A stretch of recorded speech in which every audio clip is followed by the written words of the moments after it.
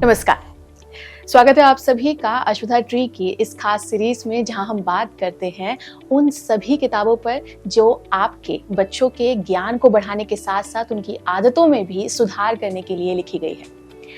दोस्तों, आप सभी लोग जानते हैं कि इंसान बहुत सारी चीज़ों से डरता है और उसके ही इन्फ्लुएंस में अपने काम को अंजाम देता है या अपनी आदतों को बनाता है। ये डर जो है वो कहीं ना कहीं पीछे रह जाने से भी ज़्यादा है मौत का डर। आखिर इंसान मौत से क्यों डरता है और किस तरह से इसे दूर किया जा सकता है, आज हम अपने इस स्पेशल एपिसोड में बात करने वाले हैं। जी हाँ, किताब है द स्टोरी ऑफ नचिकेता। इस किताब को लिखने के पीछे क्या कारण है, आखिर नचिकेता की क्या स्टोरी है, आइए जानते हैं तुलिका सिंह से।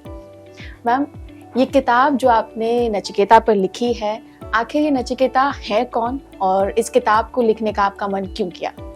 जी, नचिकेता जो है, जो मेन पात्र जो है वो कठोपनिषद एक उपनिषद है, जिसमें नचिकेता जो है वो 11-12 साल का एक लड़का है और किस तरह से वो यमलोक पहुंच जाता है और यम के देवता उनसे उसकी वार्तालाप होती है। अच्छा। और उसके बारे में कठोपनिषद बहुत डीपली बात करती है एंड इट्स अ वेरी एन्चैंटिंग उपनिषद और हमें पढ़ना चाहिए उसको। और क्यों लिखा, मुझे हमेशा आई थिंक औरों के साथ भी होता होगा, मुझे बचपन से ही जो मृत्यु है, डेथ है, एंड ऑफ लाइफ है, वो बहुत फैसिनेट करती है। और बहुत छोटे जब हम थे तो जब हम अपने टेरेस पे भी खेलते थे तो मेरे पापा जो हैं वो कोल इंडिया में थे और हम एक कॉलोनी के सेटअप में रहते थे। तो बड़ी नई कॉलोनी थी और क्योंकि माइंस का एरिया रहता था तो काफ़ी दूर मतलब आउटस्कर्ट्स में रहती थी कॉलोनीज। तो जब हम छत पर खेल रहे होते थे तो दूर से बहुत जैसे लाशें जलाई जाती थी तो वो दिखाई देती थी वहाँ से। तो जब शाम होती थी तो ऐसे तो 4-5 बजे तो दिखाई नहीं देता था, लेकिन जैसे जैसे शाम होती थी तो वो दूर से दिखाई देती थी आग जलते हुए। और हम सब बच्चे जैसे ही रात होती सब भूत करके डर के मारे सब, देखो भूत आ गया और डरते थे और भागते थे। और तो वो चीज़ जो है कि वो क्या होता है, मतलब वो चीज़ भी कि मृत्यु आखिर क्या होती है, लोगों को जला रहे हैं कोई शरीर को, तो हमेशा ऐसा लगता था कि ये किसी और के साथ हो रहा है टाइप। तो हमारे घर के सामने एक रमा दीदी रहती थी जो हम बच्चों के साथ खेलती थी और धीरे धीरे मैंने देखा कि वो अक्सर आती थी, साथ में रहती थी, फिर आना उन्होंने बंद कर दिया। फिर कभी कभी हम उनको दूर से देखते थे तो उनके जो, क्योंकि वो मद्रास की थी और बड़े काले काले बाल थे लंबे लंबे, वो भी झड़ गए उनके और मतलब बॉल्ड सी हो गई थी। और कुछ ही महीनों बाद हमने मतलब पता चला कि रमा दीदी की डेथ हो गई वो, मतलब। और सुबह में हमने देखा कि कपड़े में उनको जैसे एज अ किड मेरे लिए पहली बार ये एक्सपीरियंस था कि कोई डेड बॉडी मेरे सामने से जा रही थी। तो ये सारी चीज़ें एक हमेशा मेरे अंदर क्यूरियोसिटी जिसको कहते हैं कि हम कहाँ से प्रकट हो जाते हैं, हम कहाँ से आ जाते हैं और कैसे कोई मनुष्य सडनली आपके लाइफ से चला जाता है, ख़त्म हो जाता है, मर जाता है। तो इन सब चीज़ों के बारे में जब इंटरेस्ट तो था ही, तो जब कठोपनिषद पढ़ा तो देखा मैंने कि मुझे बहुत अच्छा लगा है। आपने जो ये पूरा वाकया बताया है अपने बचपन का, ये बहुत ही आम वाकया है। कुछ लोगों को इससे क्यूरियोसिटी हो जाती है लेकिन कुछ लोग इससे डर जाते हैं। हमने देखा है हमारे समाज में से बहुत सारे लोग हैं जो मौत से डरते हैं। और आप जिस कहानी के बारे में बता रहे हैं, आखिर नचिकेता ने इस मौत के डर को कैसे सबके सामने एक एग्जाम्पल बना के रखा कि डर नहीं है, साहस का काम है, ये मैं आपसे जानना चाहूँगी। जी, मृत्यु तो एक ऐसी चीज़ है ही, क्योंकि हमारे पास इतने अनगिनत ऐसी मोह की चीज़ें हैं जिनसे हम कनेक्टेड रहते हैं कि अगर ये ऐसा कोई वाकया आए, ऐसा कोई समय आए कि भगवान कहें कि भाई अब आप चलो, इट्स योर टाइम, तो हमारी छोटी छोटी चीज़ें, हमारी छोटी छोटी आदतें, हमारे रिश्तेदार, फ्रेंड्स, उनको छोड़ के जाना आसान नहीं होगा। तो मृत्यु एक भयभीत करने वाली चीज़ है। लगता है हमें कि मृत्यु it's like death is an end to everything. तो इसलिए हम डरते हैं, इसलिए हम फैथम नहीं कर सकते, हम सोच नहीं सकते कि जब हमारी मृत्यु आएगी, जब हम जाएंगे तो कैसा होगा।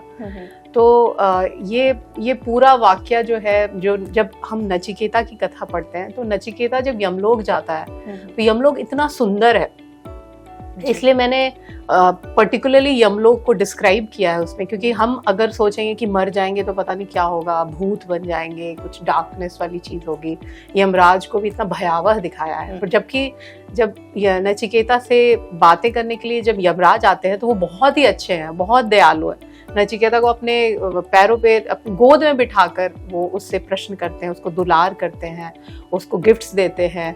तो बच्चे के अंदर ये चीज डालना कि मतलब it's not something to be afraid of, और you know we should definitely research more, think about it, because ये तो अवश्यम भावी है, ये तो होनी ही है, हम सबके साथ है। तो हर यात्रा की तैयारी करते हैं, इसकी भी तैयारी करनी है, और तैयारी करनी किसी तरीके से रो धो के नहीं तैयारी करनी है, तैयारी करनी है ज्ञान से, तैयारी करनी है इस बात को समझ के कि everybody comes in this world, कुछ एंड दे आर बोर्न, थोड़े दिन रहते हैं, बड़े होते हैं, अपना कार्य करते हैं, प्रारब्ध के अनुसार हमें शरीर मिलता है, परिवार मिलता है, और हम रहते हैं, और एक कुछ समय के बाद हम चले जाते हैं जी। तो इसको समझना जो है वो नचिकेता की कथा कठोपनिषद में बहुत सुंदर से दर्शाती है। यहाँ एक सवाल आता है कि आखिर नचिकेता ने यमलोक जाने का फैसला क्यों किया था? क्या इसके पीछे भी कोई कहानी, कोई रीजन था? हाँ, उस कहानी में बहुत सुंदर से जो उनके पिता है वज्रश्वास जो है, उन्होंने एक बहुत ही जिसको कहते हैं मुश्किल यज्ञ करने की तैयारी की, जिस यज्ञ में मनुष्य को सब कुछ दान कर देना होता है, अपने घर की सब चीज़ों को दान कर देना होता है। तो क्योंकि उनके पिता को दानी बनने का बड़ा शौक था, उनको बड़ा शौक था कि लोग मुझे महादानी कहें, कि मैं सबसे बड़ा दानवीर हूँ। तो इस चक्कर में उन्होंने ये बड़ा सा संकल्प ले लिया था, और बहुत सारे ब्राह्मणों को अपने घर पर बुलाया, भोजन कराया, यज्ञ हवन कराया, और बहुत सारी चीज़ें उनको दान दी, गाय दी, उनको कपड़े दिए, भोजन खिलाया, सब कुछ प्रसाद दिया।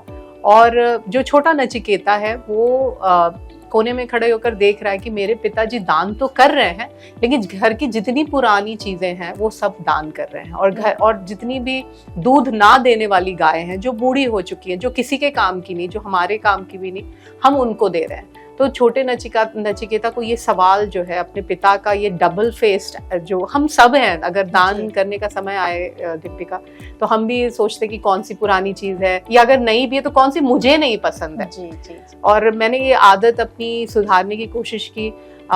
मैं एक छोटा सा एग्जाम्पल ये भी देती हूँ कि मैंने कभी किसी को गिफ्ट देते समय मैंने खुद को सुना ये बोलते हुए, ये बहुत इंपॉर्टेंट है कि हम बिल्कुल अवेयरनेस, अनअवेयर तरीके से काम करते। जब मैंने ये गिफ्ट दिया तो मैंने ये बोला कि ये सूट लो, मुझे नहीं अच्छा लगा, मैं नहीं पहन पाऊंगी। अच्छा। तो मुझे नहीं अच्छा लगा, मैं नहीं पहन पाऊंगी, मैं तुम्हें दे रही हूँ। तो कहने का मतलब मुझे अच्छी नहीं लगी वो चीज, इसलिए मैं तुम्हें। बिल्कुल ऐसा होता ही है कि ये हर किसी की आजकल के समय में ये है, जो उन्हें पसंद नहीं आ रहा है, या उन्हें लग रहा है कि जो सस्ता है, जिसे वो इजिली दे सकते हैं, वो दान दे रहे होते हैं, और उसे गिफ्ट का नाम दे रहे होते हैं। दान और गिफ्ट में भी मुझे लगता है कि डिफरेंस है।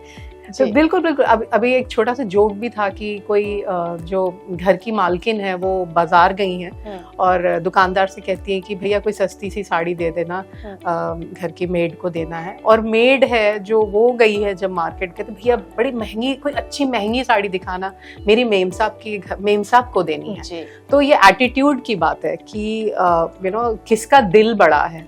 इट्स नॉट इम्पोर्टेंट कि आप कितने पैसे की, कितने वैल्यू की चीज दे रहे हैं, बट आपका दिल कितना बड़ा है। क्या आप अवेयरनेस में दान कर रहे हैं, क्या बिल्कुल आप कि पुरानी फटी चीजें फेंक रहे हैं घर से, तो आपने दान का नाम दे दिया। या जबरदस्ती एक फोटो बहुत वायरल हुई थी कि एक कंबल था और 15 लोग पकड़े थे और एक गरीब बैठा था। तो ये सारी चीजें बहुत ही हमें सोचने पर बाध्य करती हैं कि आखिर दान का इम्पोर्टेंस और दान किसको कहते हैं। तो कहानी पर आते हैं कि वज्रश्वास जो होते हैं, उन्होंने विश्वजीत यज्ञ करने का जो फैसला किया, और अब नचिकेता जो है वो बार बार देख रहा है अपने पिताजी को कि वो दान तो कर नहीं रहे, वो सारी पुरानी चीजें दे रहे हैं। तो वो अपने पिताजी को कहता, पापा, नॉट पापा या जो भी, पिताजी, आपने सब कुछ दान करने का तो संकल्प लिया, आप मुझे किसको दोगे? उसे ये लगता है कि मुझे भी दान कर दिया जाएगा, क्योंकि आपको सब कुछ दान करना है। तो वो बार बार अपने पिताजी से कह रहा है कि आप पुरानी चीजें दे रहे हो, तो मैं भी तो पुराना हूँ, आप मुझे भी दे दोगे क्या? आप मुझे भी दान दोगे? तो वो इरिटेशन के लेवल पे वो प्रश्न बार बार अपने पिताजी से पूछता है। तो जो फादर हैं वो इतने इरिटेट हो जाते हैं, वो जैसे कहते हैं ना, जा तू मर, जैसे होता है कभी हमारे यहाँ तो रोजमर्रा में बोलते हैं इस तरह से, लेकिन उसको उन्होंने कहा जा तुझे मृत्यु को देता हूँ। तो ये कहीं ऐसा लिखा नहीं है कि अब नचिकेता ने क्या किया और कैसे वो यमलोक पहुंच गया, बट वो बस ऐसा ही है कि नचिकेता ने मतलब बिल्कुल एक्सेप्ट कर लिया कि मुझे मृत्यु को दे दिया गया, अब मैं यमलोक जा रहा हूँ, और नेक्स्ट है कि वो यमलोक पहुंच जाता है। तो ऐसी कहानी है। यमलोक में मैंने अब आपकी किताब में ही पढ़ा था कि यमलोक में जब नचिकेता पहुंचते हैं तो यमराज उन्हें कोई 3 वरदान देते हैं। वो 3 वरदान क्या थे? एक्चुअली जब नचिकेता यमलोक पहुंचते हैं तो यमराज होते ही नहीं है वहां पे। अच्छा। तो बेचारा जो छोटा नचिकेता है वो यमलोक की सीढ़ियों पर बैठा हुआ उनका इंतजार करता है, क्योंकि जो दूत हैं वो कहते हैं कि भाई आप एंटर नहीं कर सकते हो क्योंकि आपका तो समय नहीं आया, ये तो मतलब मृत्यु की नगरी है, जो मर चुके हैं वही इस द्वार से अंदर जा सकते हैं, तो आपका तो बुलावा नहीं आया था, आप कैसे आ गए? तो आपको तो यहाँ वेट करना पड़ेगा क्योंकि यमराज भी नहीं यहाँ पे। तो यमराज 3 दिन बाद आते हैं। तो यमराज देखते कि एक बच्चा भूखा प्यासा मेरा इंतजार कर रहा है, और वो इतने प्रसन्न होते हैं कि एक छोटे बच्चे के अंदर इतना पेशेंस और ये परसिवेरेंस नहीं रहता है कि वो एक प्रश्न पूछने के लिए वेट करता है। तो वो बड़े खुश होते हैं, उसको अपनी गोद में बिठाते हैं और नचिकेता से कहते हैं बेटा मैं आपसे बहुत खुश हूँ, और इतना खुश हूँ कि 3 दिन के हिसाब से आप 3 वर मुझसे मांग लो, जो चाहे मांग लो। तो जो छोटे नचिकेता है वो कहते हैं कि 3 वर मैं मांगना चाहूंगा, तो एक जो है मैं अपने पिता के गुडनेस के लिए, उनके लिए मांगना चाहूंगा, क्योंकि जब मैं वहां से चला था तो मेरे पिताजी अच्छा करना चाहते हैं बट बहुत एजिटेटेड रहते हैं, गुस्सा रहते हैं, समाज से उनको कुछ ना कुछ एक अंदर डिस्टर्बेंस है उनके। तो हे यमराज, अगर आप कुछ देना ही चाहते हैं तो मेरे पिता के मन को शांत कर दो, मतलब वो शांति उनको मिल जाए जिस शांति के लिए वो भटक रहे हैं। तो वो कहते हैं हाँ ठीक है तथास्तु। फिर कहते हैं कि, और फिर कहते हैं दूसरा, तो कहता है दूसरा मैं सबके लिए मांगना चाहता हूँ, समाज के लिए मांगना चाहता हूँ।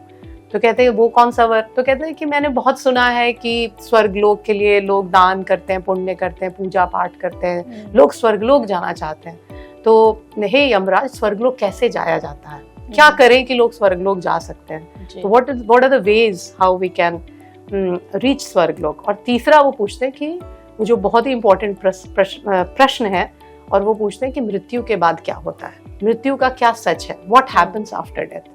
तो ये 3 प्रश्न जो हैं वो नचिकेता यमराज से पूछते हैं। नचिकेता की जो तीसरी मांग थी, या कह लीजिए कि तीसरा वरदान जो उन्होंने यमराज से मांगना चाहा, वो बहुत इम्पोर्टेंट है, क्योंकि हर इंसान ही जानना चाहता है कि आखिर मैं कौन हूँ और इसके बाद यानी कि मरने के बाद इंसान कहाँ चला जाता है। तो किस तरह से आप इसको एक बहुत ही छोटे और बहुत इजी तरीके से स्पेशली बच्चों को ये चीज़ समझाएं ताकि उनके दिमाग से डर खत्म हो जाए और वो उनको समझ में आने लगे कि वो एक सोल पर्पस अपना सॉल्व करने के लिए यहाँ पर आए हैं।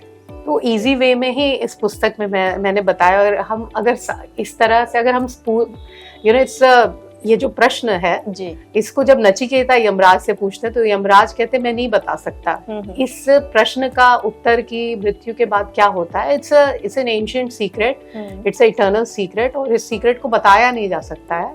और इसके बदले में नचिकेता तुम जो चाहे मांग लो, है ना, हाथी मांग लो, पैलेस मांग लो, जो भी अपने लिए हीरे जवाहरात मांग लो, जो चाहे मांग लो, पूरे संसार की खुशियां मांग लो, मैं तुम्हें दे दूंगा, बट इस प्रश्न का जवाब मैं नहीं दे सकता।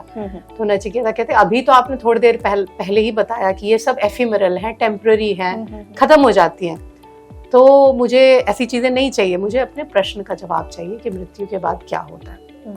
तो इसको बड़े आसान तरीके से जो यमराज है वो बताते हैं कि जो मनुष्य मुक्ति को प्राप्त होता है, मुक्ति का मतलब क्या होता है कि उसके अंदर अब कोई ऐसी कामना नहीं है जिसके कारण जीवात्मा को वापस आना पड़े। जब मन की वो स्थिति हो जाती है, मन वो इतनी हाई लेवल की पराकाष्ठा पे पहुंच जाता है, जब उसको वापस आने की कोई जरूरत नहीं है, कोई डिजायर कुछ नहीं। तो एक ये बात ऐसी है जैसे बूंद जब समंदर से मिल जाती है तो वो खत्म हो जाता है, उसको आने की जरूरत नहीं है वापस। तो एक वो तरीका है। और वो कहते हैं कि मृत्यु के बाद क्या होता है, तो ऐसे मनुष्यों के बाद मृत्यु के बाद वो कभी नहीं आते वापस। लेकिन जो आम लोग हैं, जो जनरल हम जैसे लोग हैं, वो उनके अंदर इतने सारे डिजायर्स हैं, तो जिस तरह के भी हम कर्म कर रहे हैं उसके हिसाब से अगला जन्म, अगला शरीर हमें मिलता है।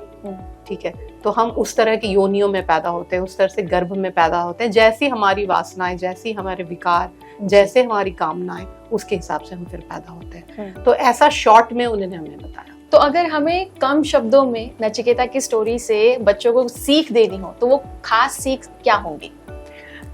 नचिकेता जो बच्चा है वो प्रश्न बहुत करता है, और प्रश्न जो है, प्रश्न के गर्भ से ही उत्तर मिलेंगे, ज्ञान मिलेगा। तो आई थिंक हमें अपने बच्चों को कभी रोकना नहीं चाहिए क्वेश्चन करने से। तो that is the one point which I think ये किताब भी उसके बारे में बात करती है कि क्वेश्चन करना चाहिए, प्रश्न करना चाहिए, और तभी हमें जवाब मिलेगा। और सुनी सुनाई बातों पे विश्वास नहीं कर लेना चाहिए, अपना रिसर्च खुद करना चाहिए। नंबर 2, अगर आप ये किताब पढ़ेंगे नचिकेता की, तो आप देखेंगे कि उसमें बताया गया है कि किस तरह से हम अपनी 5 इंद्रियों के पीछे पीछे ना भागे, क्योंकि ये 5 इंद्रियां जो हैं वो हमें भटकाती हैं। मतलब जीभ जो है वो चाट पकौड़ी तक लेकर ही जाती है, कानों को अच्छी चीज़ें ही सुननी है, आँखों को अच्छी चीज़ें ही देखनी है। तो अपने विवेक बुद्धि इस्तेमाल करना चाहिए, अपना दिमाग यूज़ करना चाहिए, और 5 इंद्रियां जो हैं उनको अपने कंट्रोल में रखना चाहिए। हम उनके वश में ना आए, उसको हम अपने वश में करें। ये 2। और तीसरा जो है, एक बहुत ही अच्छा कॉन्सेप्ट है जो कठोपनिषद में दिया गया है, और यमराज जो बता रहे हैं, वो कहते हैं एक श्रेयस और प्रेयस 2 चीज़ है। श्रेयस जो है वो वो आपको लॉन्ग टर्म में आपको खुशियाँ देता है, अभी आपको मेहनत करनी पड़ेगी उसके लिए। और प्रेयस जो है आपको इंस्टेंट ग्रेटिफिकेशन देता है और लॉन्ग टर्म में आपको परेशान करता है। एग्जाम्पल दे सकते हैं, जैसे कि अगर सुबह उठना है तो ये श्रेयस है, श्रेय है, ये आपको श्रेय देगा। कैसे? क्योंकि आप सुबह उठना अभी आपको मुश्किल लगेगा, लेकिन अगर आप ब्रह्म मुहूर्त में जगते रहे तो आप कुछ समय बाद आपको अच्छा हेल्थ होगा, आपके पास ज़्यादा समय होगा, आप सात्विक रहेंगे। तो श्रेयस, इसलिए हर मनुष्य को श्रेयस का साथ देना चाहिए, बल्कि प्रेयस का। तो ये 3 जो इम्पोर्टेंट चीज़ें हैं ये किताब में बच्चों को बड़ी ही सिंपल टर्म से, सिंपल तरीके से, इवन अडल्ट्स पढ़ सकते हैं इसको। तो एक तरीके से कठोपनिषद का सार है ये। Thank you so much ma'am. इस किताब के जरिए और इस इंटरव्यू के जरिए आपने इतनी अच्छी और ज्ञान बढ़ाने की हमें बात बताई। Thank you so much. तो देखा दर्शकों, कितना आसान है जीवन के उन गूढ़ चीजों को, उन गूढ़ रहस्यों को समझना, अगर आप कुछ पढ़ते हैं। ये किताबें आपकी दोस्त तभी कहलाएंगी जब आप इन किताबों को पढ़कर इनसे सीख लेंगे। नचिकेता की स्टोरी से भी हमने जाना कि किस तरह से अपने मन पर अगर हम अपना कंट्रोल रख लेते हैं तो बड़ी से बड़ी मुश्किलें भी हमें आसान लगने लगती है, और बड़े से बड़ा जो हमारा डर है मन का, वो भी खत्म हो जाता है।